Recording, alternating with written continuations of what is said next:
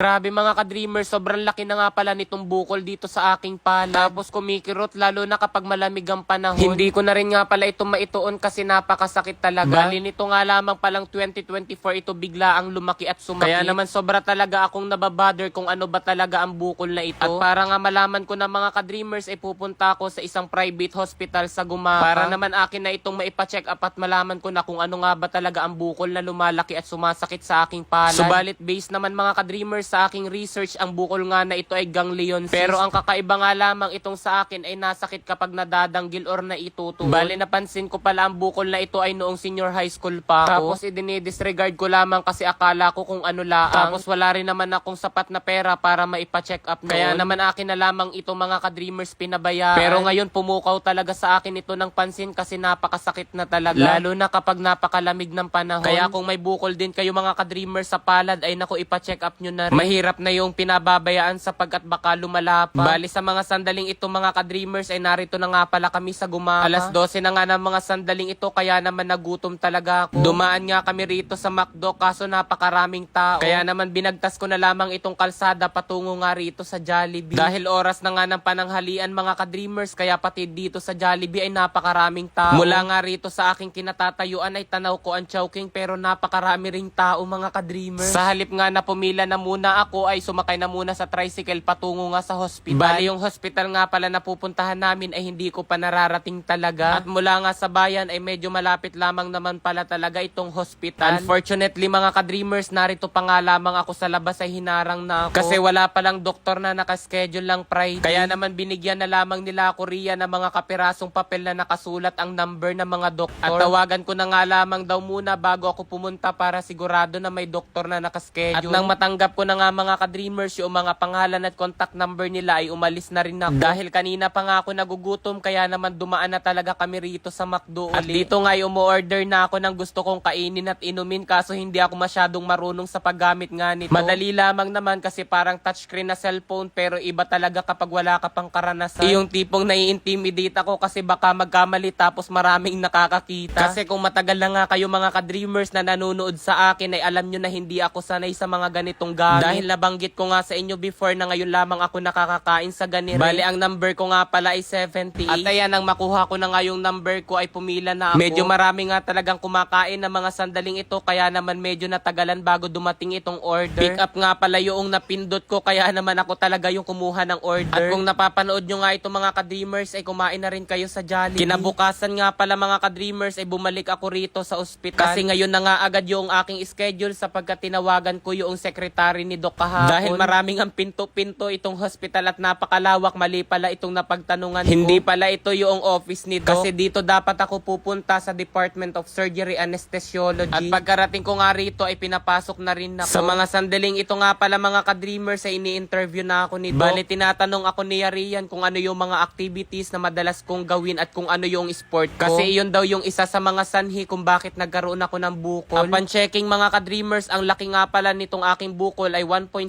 cm. Tapos ang lapad ay 0.7 cm. Dahil masakit nga ito mga ka-dreamers, kaya naman kailangan talaga siyang operahin. At para sa procedure naman ng operation ay kailangang i-schedule muli. At dito nga inabyad ko na yung mga sinabi ni Doc para sa operation. Bago nga raw mag-undergo sa procedure ng operation ay kailangan magkaroon muna ako ng X-ray, ECG at saka laboratory. Para daw masigurado na wala akong ibang sakit. Bali dalawang klase nga pala mga ka-dreamers yung operation. Ang pinili ko ay yung patutulugin ako. Kasi wala pa nga akong karanasan sa ganito ay baka raw magkaroon ng problema. Bali yung bukol nga pala mga ka-dreamers ay nasa pagitan ng makapal na balat at laman. Kaya naman highly recommended talaga ni Doc na operahin kesa doon sa sipsipin lamang. Pero kahit alin daw doon sa operation ay may tendency na bumalik muli yung bukol. Dahil lubos nga ang paniniwala ko talaga kay Lord kaya naman hindi na talaga iyan babalik. Hanggang dinin na lamang muna mga ka-dreamers, inform ko kayo sa operation. Oh, 49,500. I won 83,100. Ngayon mga ka-dreamers, tuturuan ko kayo kung paano kumita ng napakalaki rito kay PH Pasay. Nasa comment section lang ang link para mag-register at mag-deposit. Huwag nyo kalimutan mag-screenshot sapagkat mamimigay ako ngayon sa GCash. So yan, maglaro ako ngayon dito kay Super Ace. Play! Ito yung pinakamaganda scatter agad sapagkat may 10 spins siya mga ka-dreamers. 400 na agad oh. O yan yung scatter na sinasabi ko. Napakaganda niyan dito kay PH Pasay. Play! 800 agad. Oh, 1, 2. 1, 2. 1, 2. 1, 2. 4,000. 2, 4. 1, 2. 2, 4. Oh, 49,500. 5,000. 10,000. 1,000. Grabe. Tingnan niyo mga ka-dreamers. Look at this. I won 83,100. Ang akin lang tinaya, 200 pesos. Oh, di ba napakadali lamang talaga kumita rito kay PH Pasay. Kaya kung nais nyo rin kumita mga ka-dreamers, nasa comment section lang ang link para mag-register at mag-deposit. Huwag kalimutan mag-screenshot at ilagay sa comment section sapagkat mamimigay ako sapagkat nanalo nga ako. Ang daming sapagkat pero dahil ako'y tuwang-tuwa, mag-register at mag-deposit na kayo. Yun lang.